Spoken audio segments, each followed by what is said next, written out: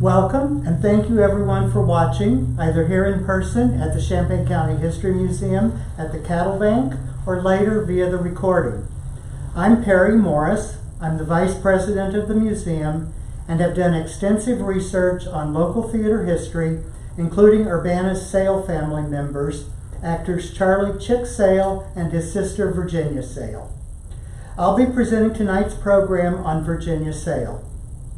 I thank the Champaign County History Museum's late Executive Director, Paul Eidelman, for his work with Jenny Sale, Virginia's daughter, in obtaining a great collection of photos, letters, some scripts, and lots of other ephemera. I've squeezed a lot of items from the collection into the presentation. We'll begin tonight with a quick review of the family. My talk on Chick Sale included a more comprehensive family review. You can see that via a link from the museum's website.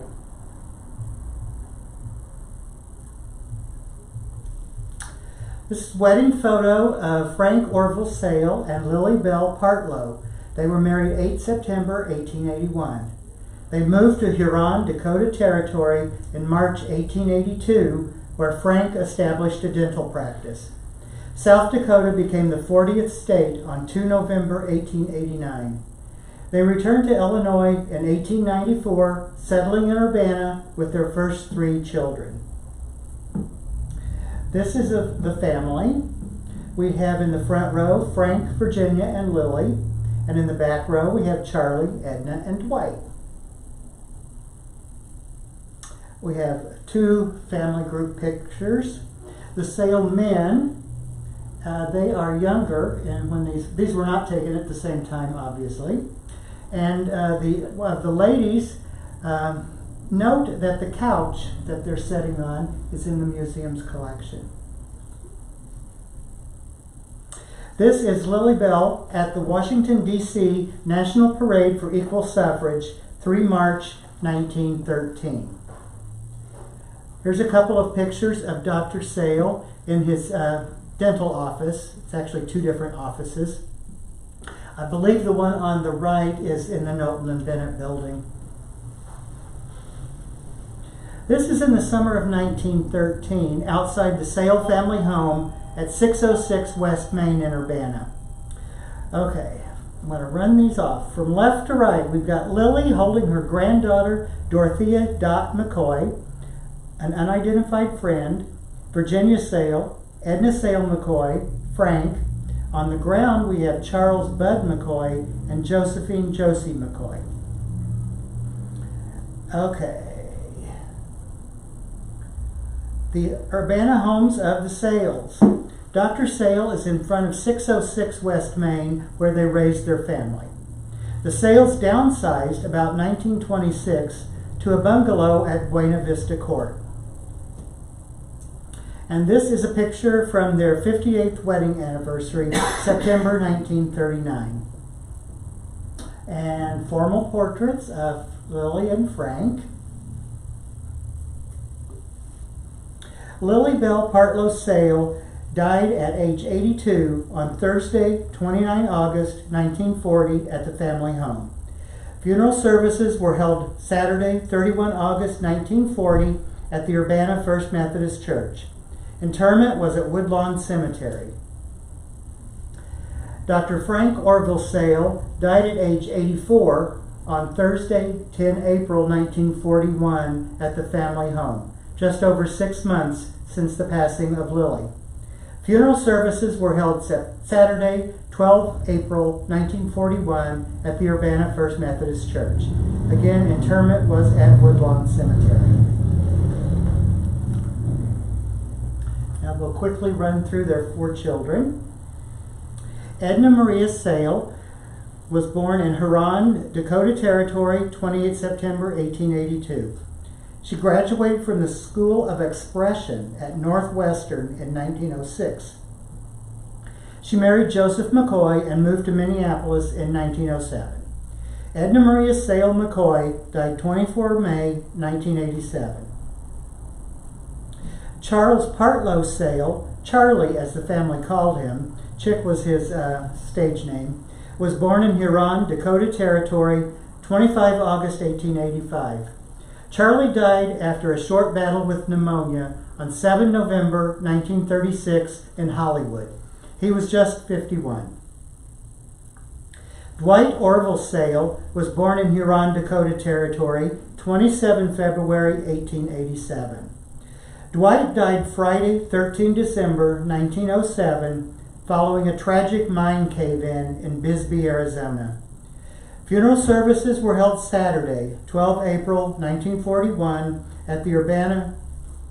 No, not 1941. Make that. Ooh, I cut and pasted wrong. Sometime in December at the First Methodist Church. Interment was at Woodlawn Cemetery.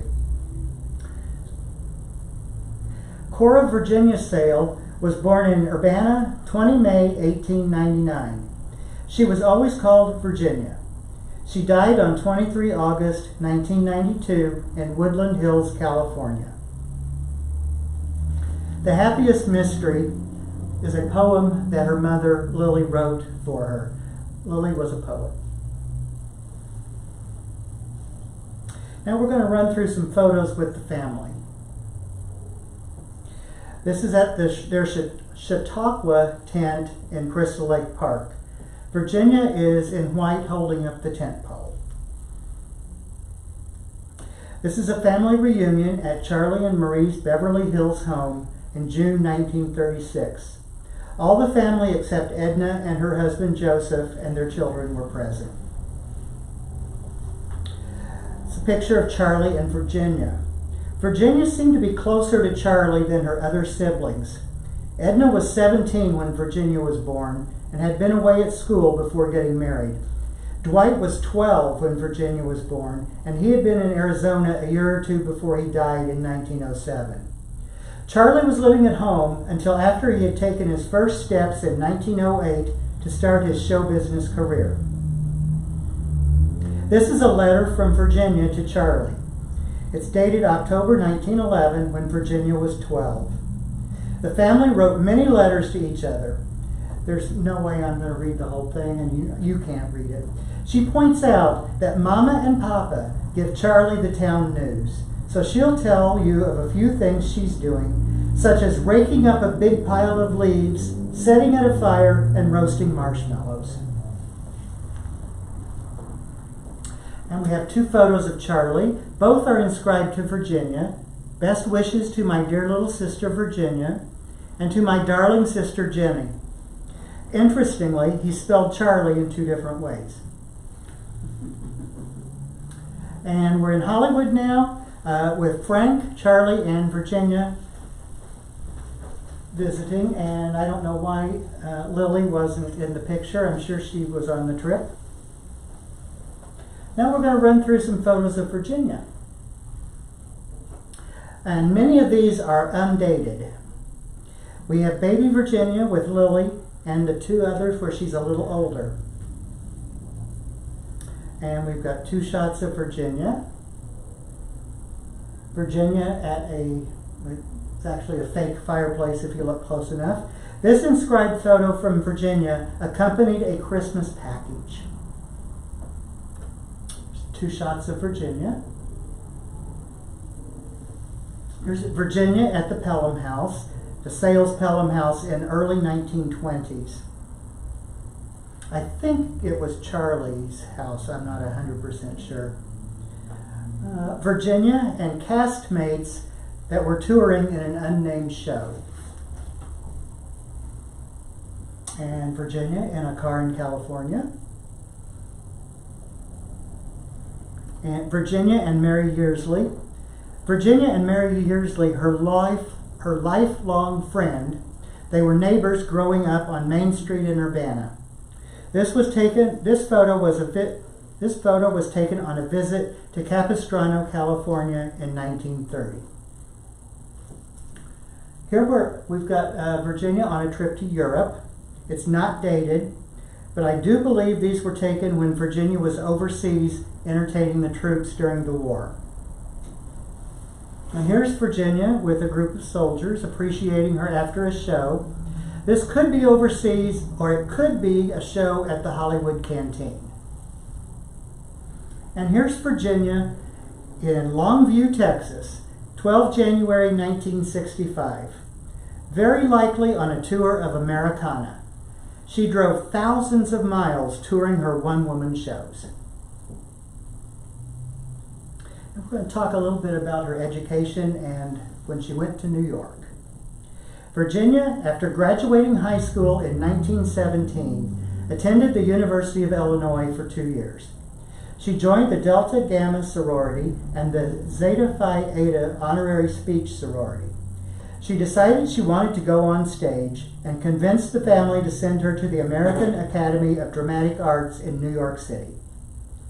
After graduating, she had little luck finding a job.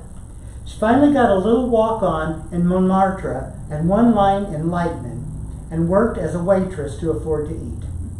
While she was struggling in New York, Virginia met a young actor named Sam Wren. She instantly fell in love. It took Sam a few more years. Virginia appeared in vaudeville shows 2 separate times at the Orpheum in Champaign. The first in 1921 was with Elmore Gailey in an act she co-wrote with her brother Charlie.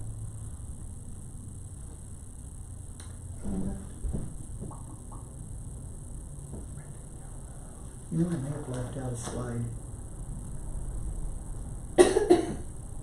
I did. There was 2 ads from 1921 with a different appearance. This one is from 1925. And then maybe when she was in town, the family talked her into returning to Urbana. They then suggested she go on to Hollywood, likely influenced by Charlie's success there, buying her a ticket and giving her $100. Off to Hollywood. Virginia arrived in Los Angeles in early January 1927 and got some jobs as an extra, but there were still weeks without a call. Virginia lived at the Hollywood Studio Club during her first 2 years in California. This photo is from the National Register nomination. And here's a group of the Hollywood Studio Club girls at dinner. Virginia is second from the left. And this is Mary Pickford and the gang before afternoon tea. And I'm sorry, but I can't tell you which one's Mary Pickford. And this one is Studio Club girls playing golf at Belle Country Club. Okay, Cary Grant and Virginia Sale and Constance Bennett. Now we have Jane Withers, Mrs. Edward Bowen, and Virginia Sale. Virginia wrote a letter in 1980 in support of listing the Hollywood Studio Club to the National Register of Historic Places, and it was listed. Virginia related this story in a 1931 interview in the Kansas City Star. I had known in New York an assistant director who introduced me to King Vidor, then casting for The Crowd. He gave me quite a good bit in the picture, although it lasted only 5 days. When asked how much salary I wanted, Ned told me to say $350 a week. Well, I think you ought to work for us for $25 a day, the casting director said. That's an awful come down, I protested, trembling in my boots. All right then, let's compromise on $35 a day, he said. I was awfully glad to get it. $35 would be $565.53 in 2022.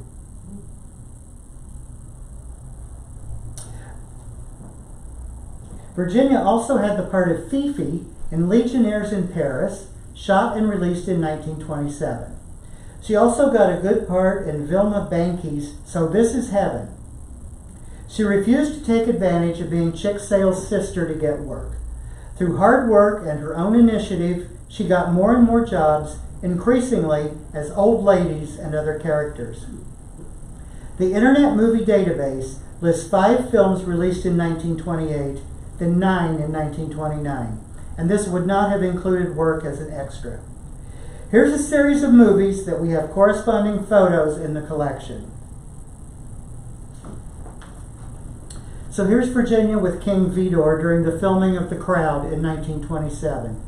It wasn't released until 1928. Gladstone in 1927. Harold Teen, released in 1928. There was two of those. I hope I didn't move too fast. This is Moby Dick from 1930. The Dude Wrangler from 1930. The Dude Wrangler, in which a young urban dandy takes a job at a dude ranch to prove his manliness to the girl he loves. Came out in 1930. Virginia plays a ranch guest in this early talkie. Lovin' the Ladies from 1930. Virginia played Marie, Joan's maid, in Lovin' the Ladies, also released in 1930. The film's premise is that Jimmy Farnsworth, played by Alan Kearns, bets his friend $5,000 that he can get any two people under the proper environment to fall in love and become engaged within a month. It starred Richard Dix as Peter and Lois Wilson as Joan. As it happens, this was the first film shown at the Virginia Theater when R.K. Over took over operations. Embarrassing Moments from 1930, and this is, she was also in the remake that was in 1934. Her Majesty Love from 1931. A wealthy man falls in love with a poor girl and proposes to her, going against the wishes of the family. Virginia is shown here with W.C. Fields. Neither one of them were the star of the film.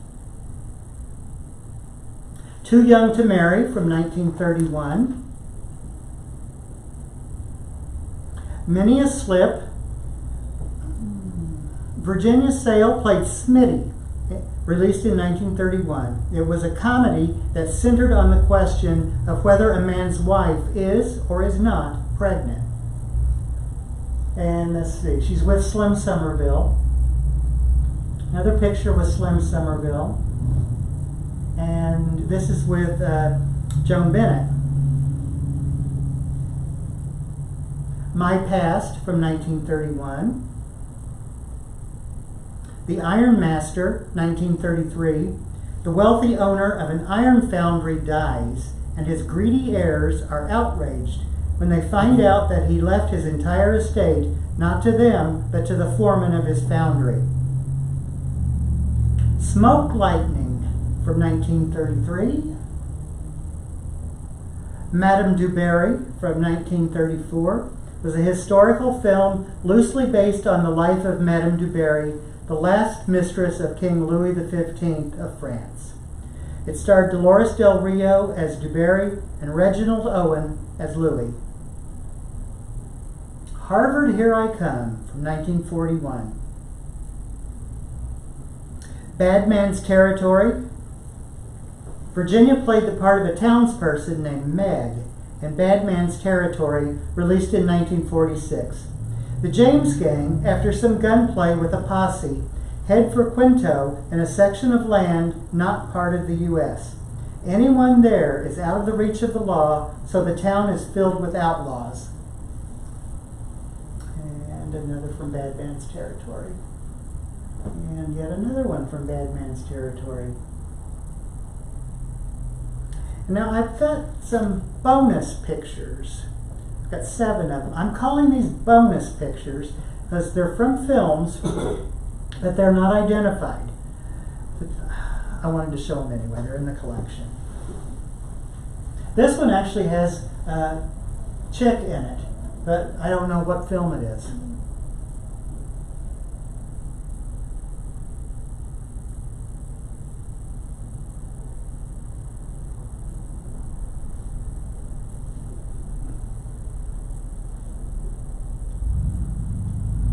Looks like they're comparing pies.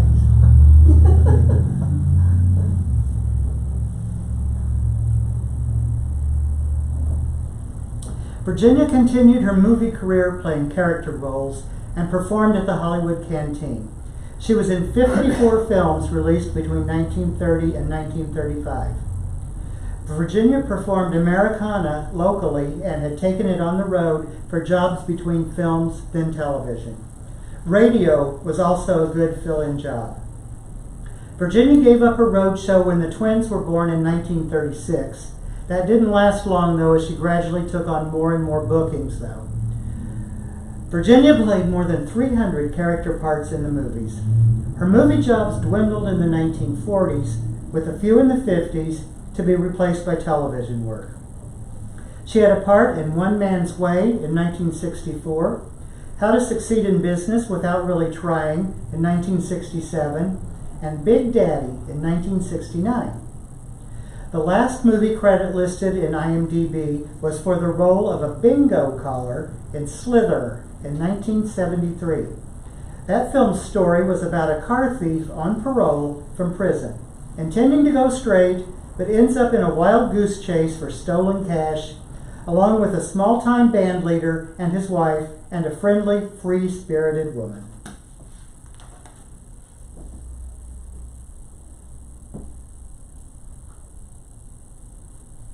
Those We Love was an NBC radio serial about the small-town life of two modern youngsters in New England. Virginia Sale voiced the role of Martha, the maid, for 8 years every Sunday, 1938 to 45. Those We Love cast members include, I didn't label them, okay, so I'll read them out to you. Pictured from left to right, Martha, as Virginia Sale, Kathy, played by Nan Gray, Dr. Foster, Donald Woods, and Amy, played by Ann Todd. And this is Virginia and Mary Gordon in Those We Love rehearsal.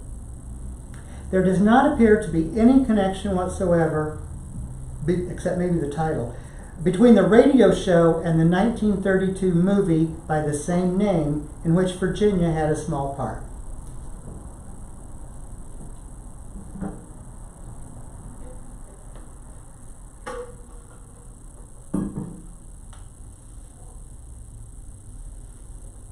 The Wrens signed a contract in March 1949 with ABC TV for a new suburban life television show called The Wren's Nest.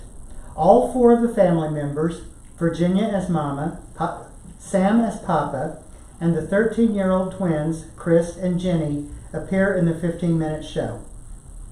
Virginia wrote the scripts based on incidents that actually happened to the family. The broadcast originated from a studio in New York City where the set was designed as a corner of the family living room. The show was a pioneer in a new genre of family situation comedies. The series ran for 47 episodes.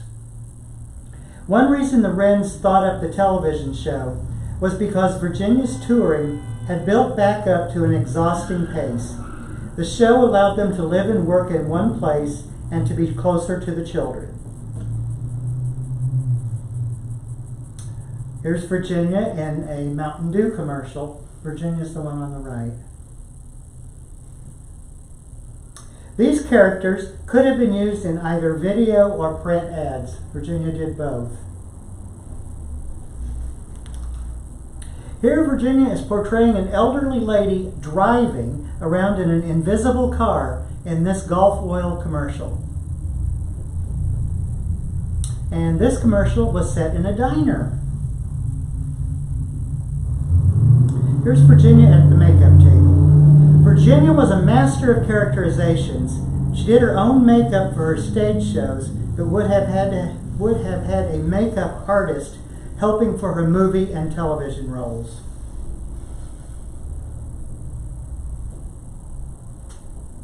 Although the IMDb lists 40 TV credits, Virginia Sale appeared in at least 200 TV shows. The IMDb list doesn't include appearing as a guest for 6 months on the old Kate Smith show and 24 times on Gary Moore's show. The Wrens had just moved back to Hollywood from their Marlow, New Hampshire home when Sam became ill and died at age 65 in March 1962. Virginia settled for good in Hollywood. She hired a new agent who began getting Virginia parts in commercials, print ads, and more TV shows. Virginia Sale made a lot of TV appearances, commercials, and shows throughout the 60s. Her last TV credit was a 1975 appearance on Policewoman. And a lot of people remember her as playing Selma Plout in Petticoat Junction.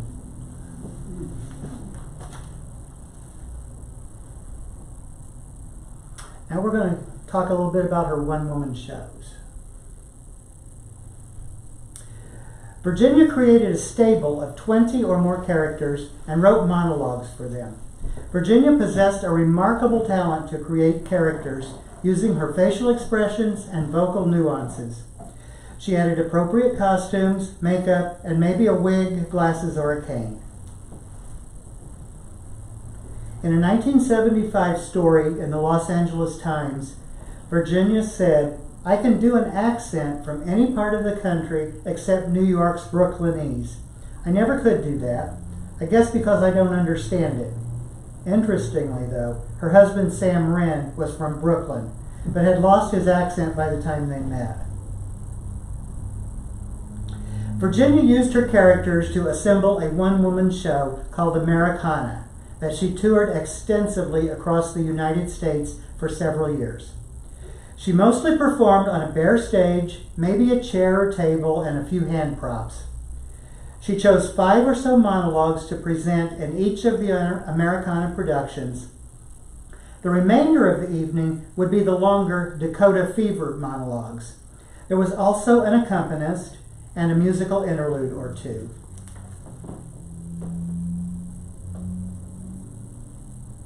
Miss Sale portrayed 4 different characters in her husband's night at the Ladies' Monday Morning Club.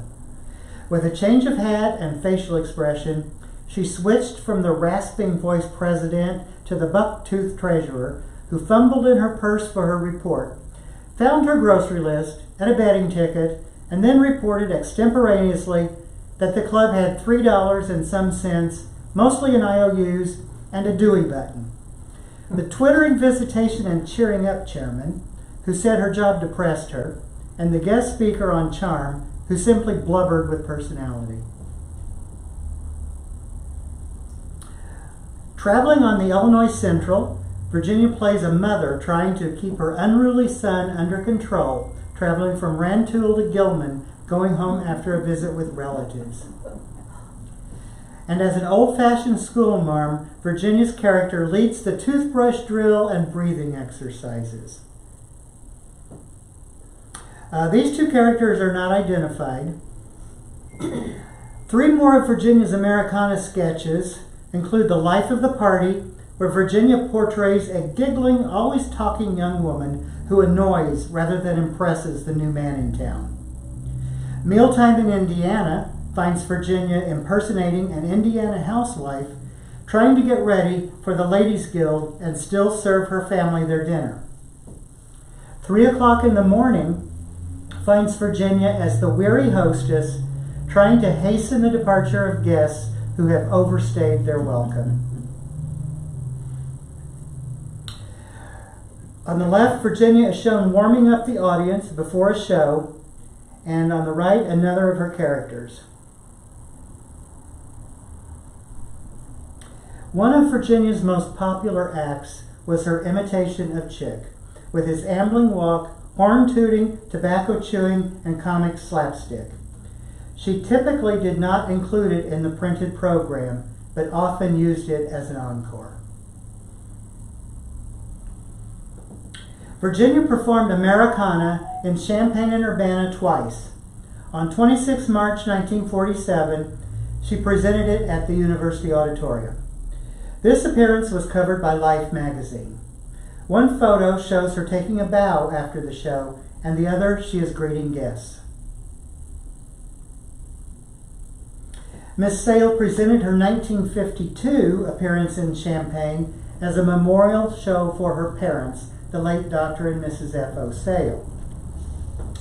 Annabelle Schmelzel described the evening in the News Gazette. Virginia appeared on the stage, first in a beautiful blue strapless formal. She explained that she usually comes out as a fuddy old character, but since I'm home, I wanted to be as pretty as I can. And she was pretty. Her later characterizations as old women and busybody really proved her gift of talent in mimicry. The audience loved her mention of local folks, such as Flossie Wiley, Marion Stewart, Alma Yearsley, C. Ross Mills, Glenn Gordon, Leona Bigler, and Gladys Barr in her skits. She mentioned Tom Garman as one of our brighter students in a schoolroom debate and berated Julius Cohen, her accompanist for the evening, for his antics in the classroom. Most of us probably don't recognize any of those names. Maybe Flossie Wiley because she's got a school named after her. During the intermission, Miss Sale was presented a bouquet of roses from Delta Gamma, of which she is a member on the U of I campus. James Elmo Smith, whom Virginia said was one of the best friends Mom and Pop ever had, gave an informal eulogy to Dr. and Mrs. Sale. He cited their work in church and community affairs and read 2 poems written by Mrs. Sale. Virginia used a series of drawings of her various characters made by Walt Disney artist Milt Neal in her various advertising material.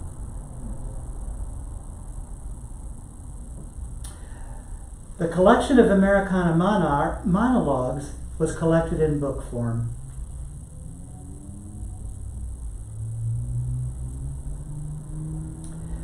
Dakota Fever follows Anne Robbins' life from her marriage in Illinois in 1880 through the suffering endured in settling the Dakotas.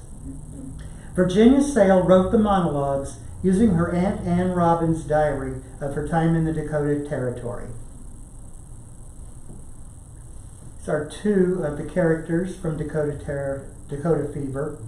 She used the device of an 80-year-old woman reminiscing to a neighbor in 1940 about the anticipating birth of her first child, the hardships of the journey, the waiting alone in a blizzard while the men who had gone for supplies became lost, the rejoicing over a good crop which, before it could be harvested, was devastated by a tornado, the trauma of a prairie fire which takes the lives of a young couple who came west with them, and the final decision and resignation of remaining to be buried at the side of her husband.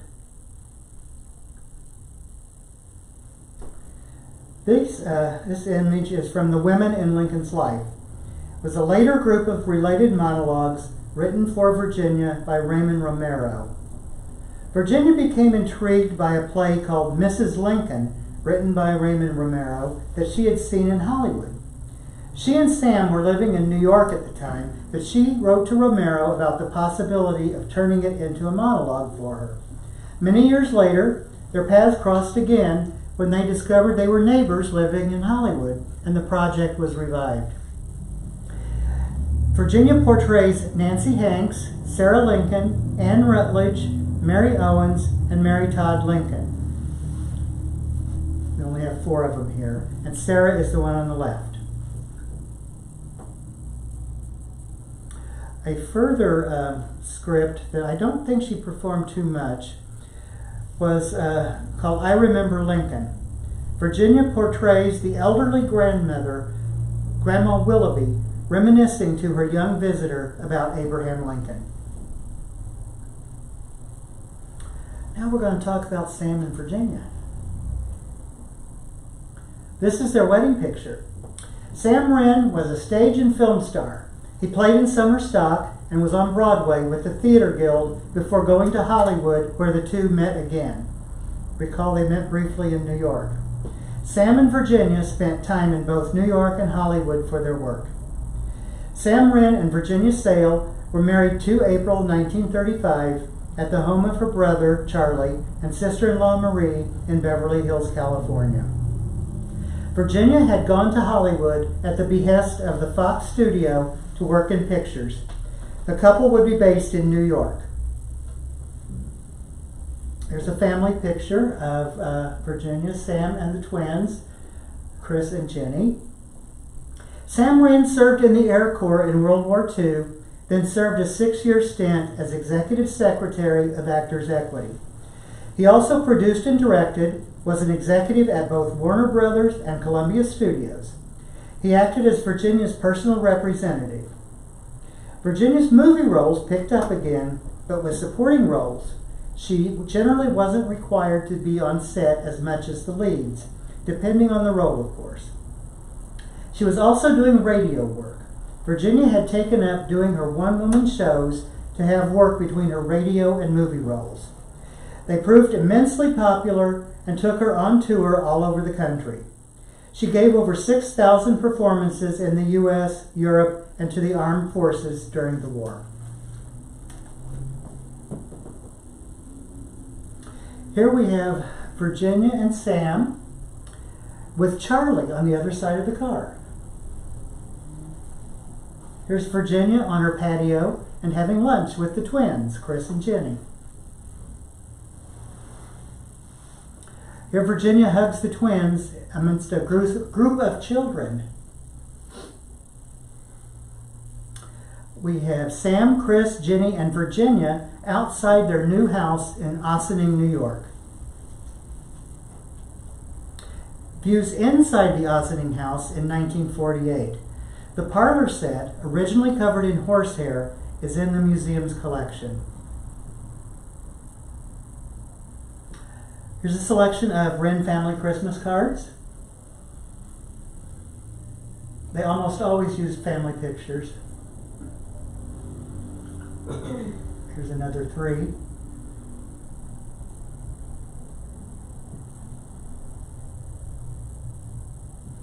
The Wrens bought a huge old house in Marlow, New Hampshire, 15 miles north of Keene.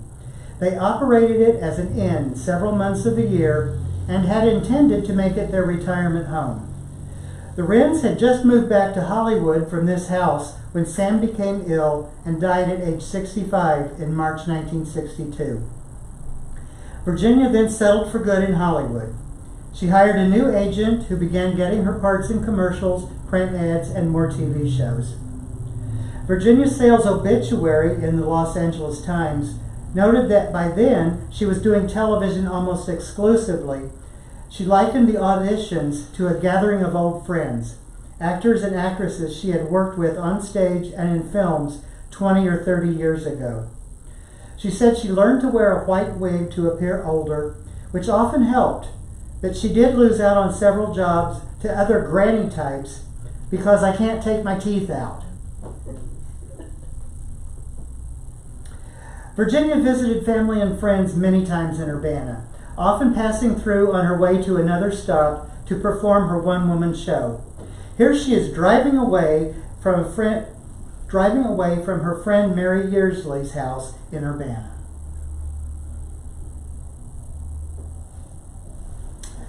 Virginia here is being honored by the Zeta Phi Eta in 1979.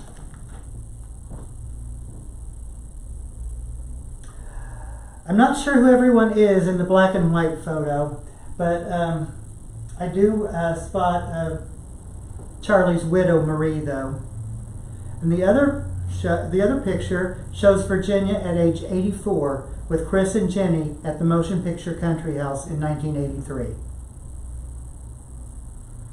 This is Virginia in 1978, just prior to moving it to the Motion Picture Country House.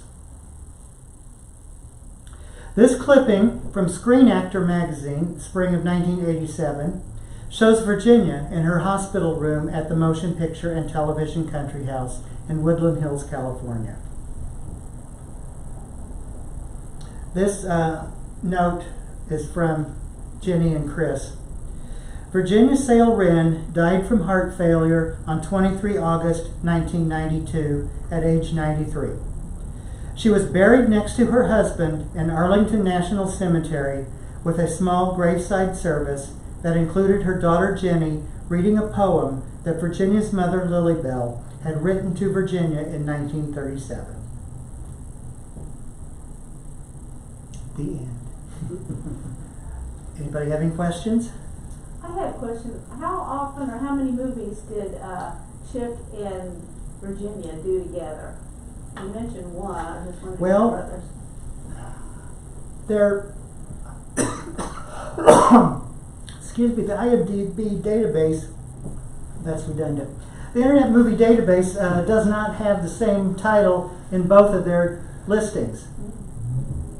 So I don't know. There was that one picture that's got them both in it, like they're in the film. But that's the best I can do.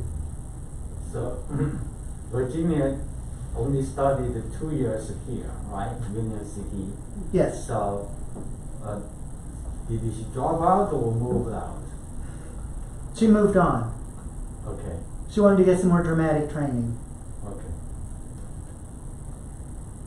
So we would not be able to find her photos in the EDO, right? Because she did not graduate. They had the underclassmen in the earlier photos, older Ilios, I believe. Okay. What year was she here?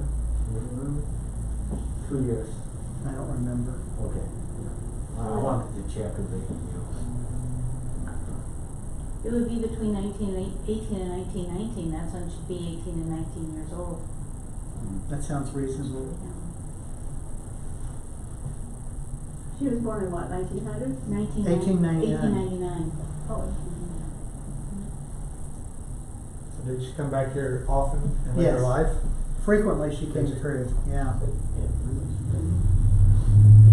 How much younger was she than Chick? You probably covered that, but I wasn't here. Oh, Again. I did mention that. Let me see if I can. There's, I noted that Chick and Virginia seem to be closer than the other siblings. Yeah, but Edna was 17 when Virginia was born. Dwight was 12. Charlie was at home until after he'd taken his first steps in 1908 to start his show business career. And I can tell you the birth years of the kids.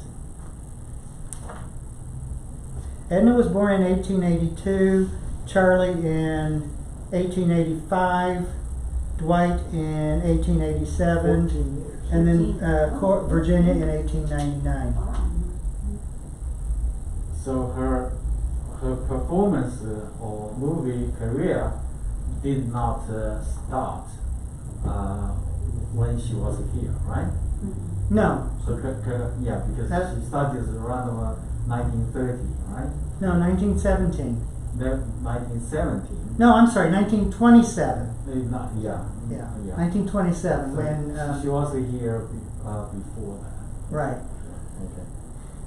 So her early movies were silent. yes, And then she went into talkies. yep.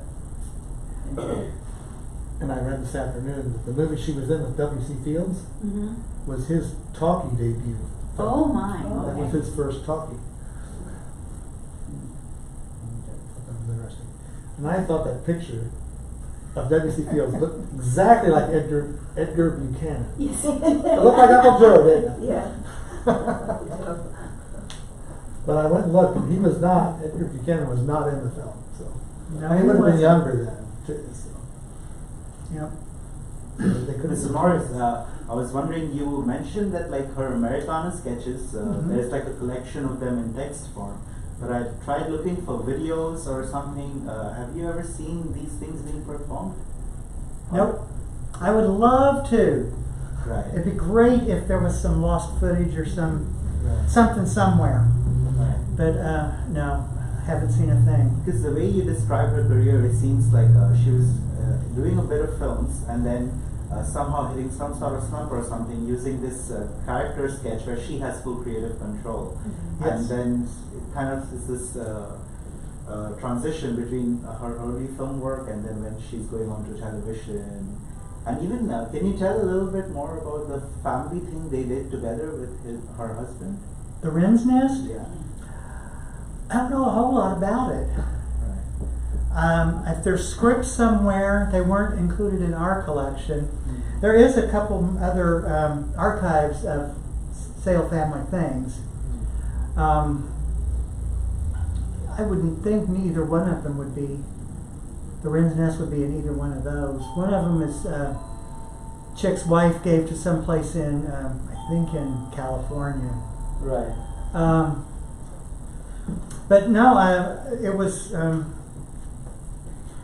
of the early TV series. Yeah, and it was that's really what you the first mentioned situation about, comedy. Yeah, that's what was interesting. You were saying they were trying to play up a family comedy setting. Right.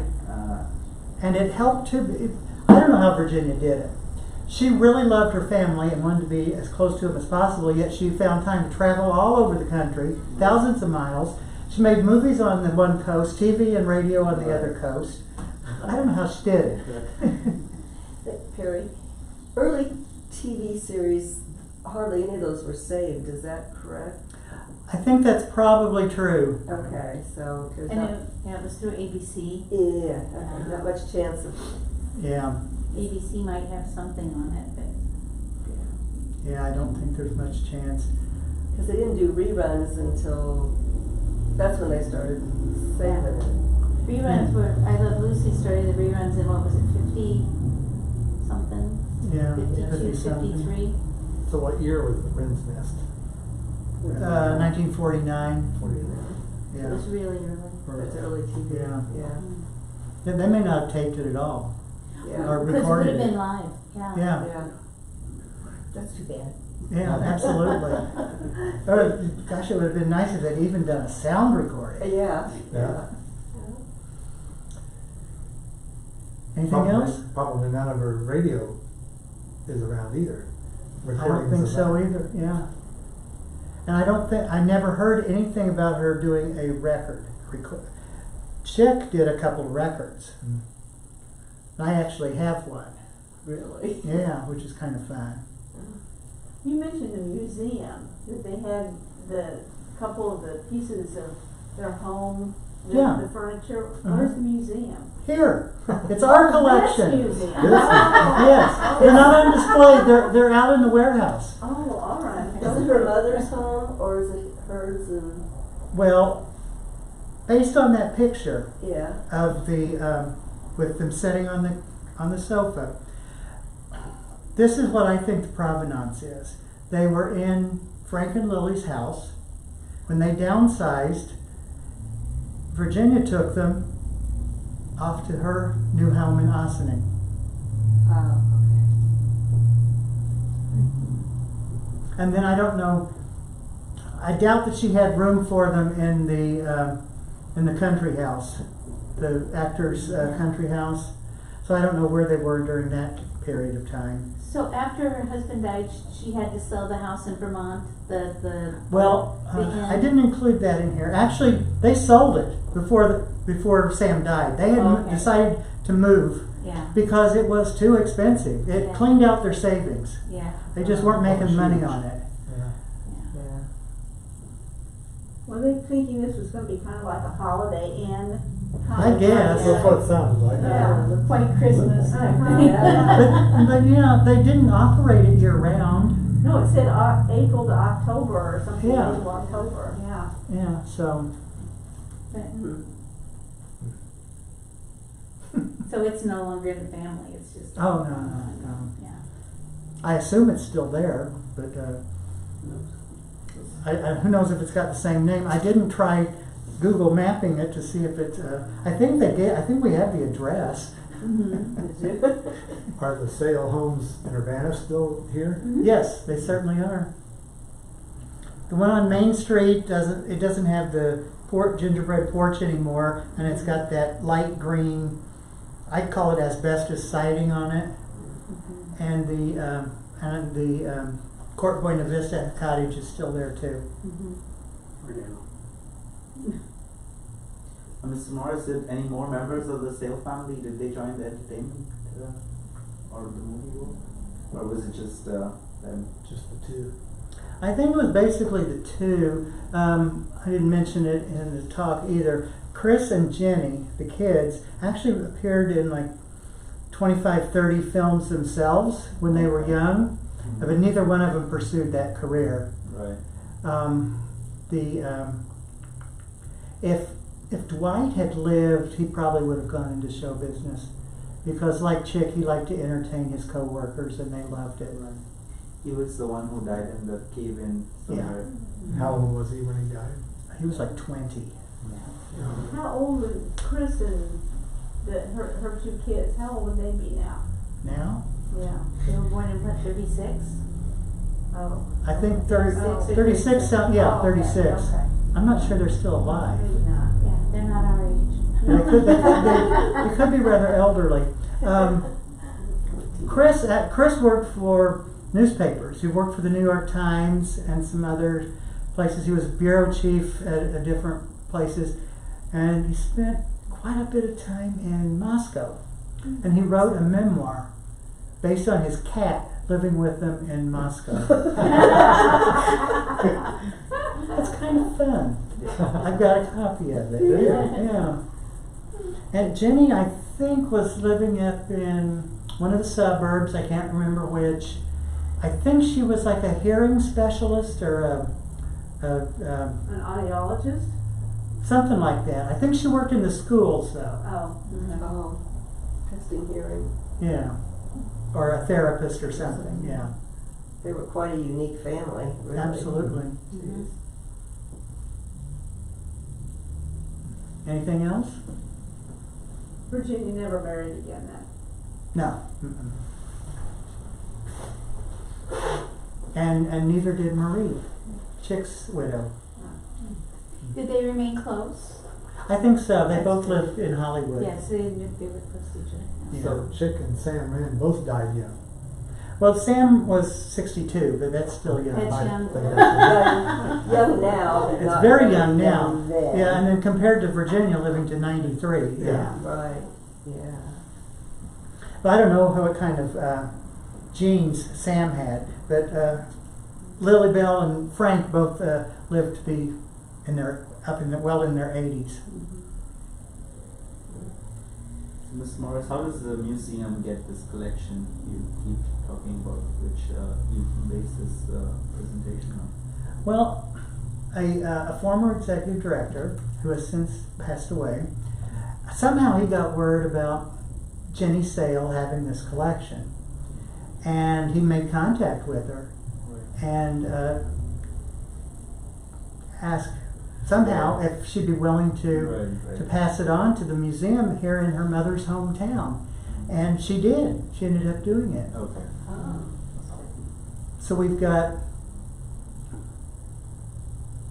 I think there's like 300, there's at least 300 photographs, and I don't know how many other pieces of paper, letters, and scripts and whatnot. Right. The scripts were not quite as in good a shape and as many as I had hoped, but there's a few. Right. What about furniture? There was the horsehair couch. Yeah, just the parlor set. Just the- And I'm not 100% sure that came from Jenny. Oh. It may have came to us through a different route. Because if you look at the accession paperwork, it's got a different name on it. It's been recovered, so it didn't look like it did in the picture. Yeah. Right. Isn't Yeah. it yellow now? It's, well, I call it chartreuse. Oh.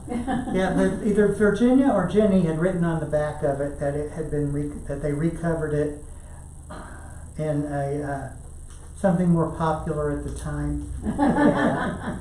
Yeah. Anything else? Very Thank you, interesting. Terry. Thank Thank you. you. Yes. Well, thank you. Thank you. Thanks for coming. I'm glad you liked it. The Alma Yearsley she was making fun of at the Champaign High School, that's Mary's mother. Okay. Yeah, Alma was Mary Yearsley's Yeah, mother. I figured it was. Yeah, But yeah. Mary and Virginia grew up on Main Street. yeah. And they became lifelong companions.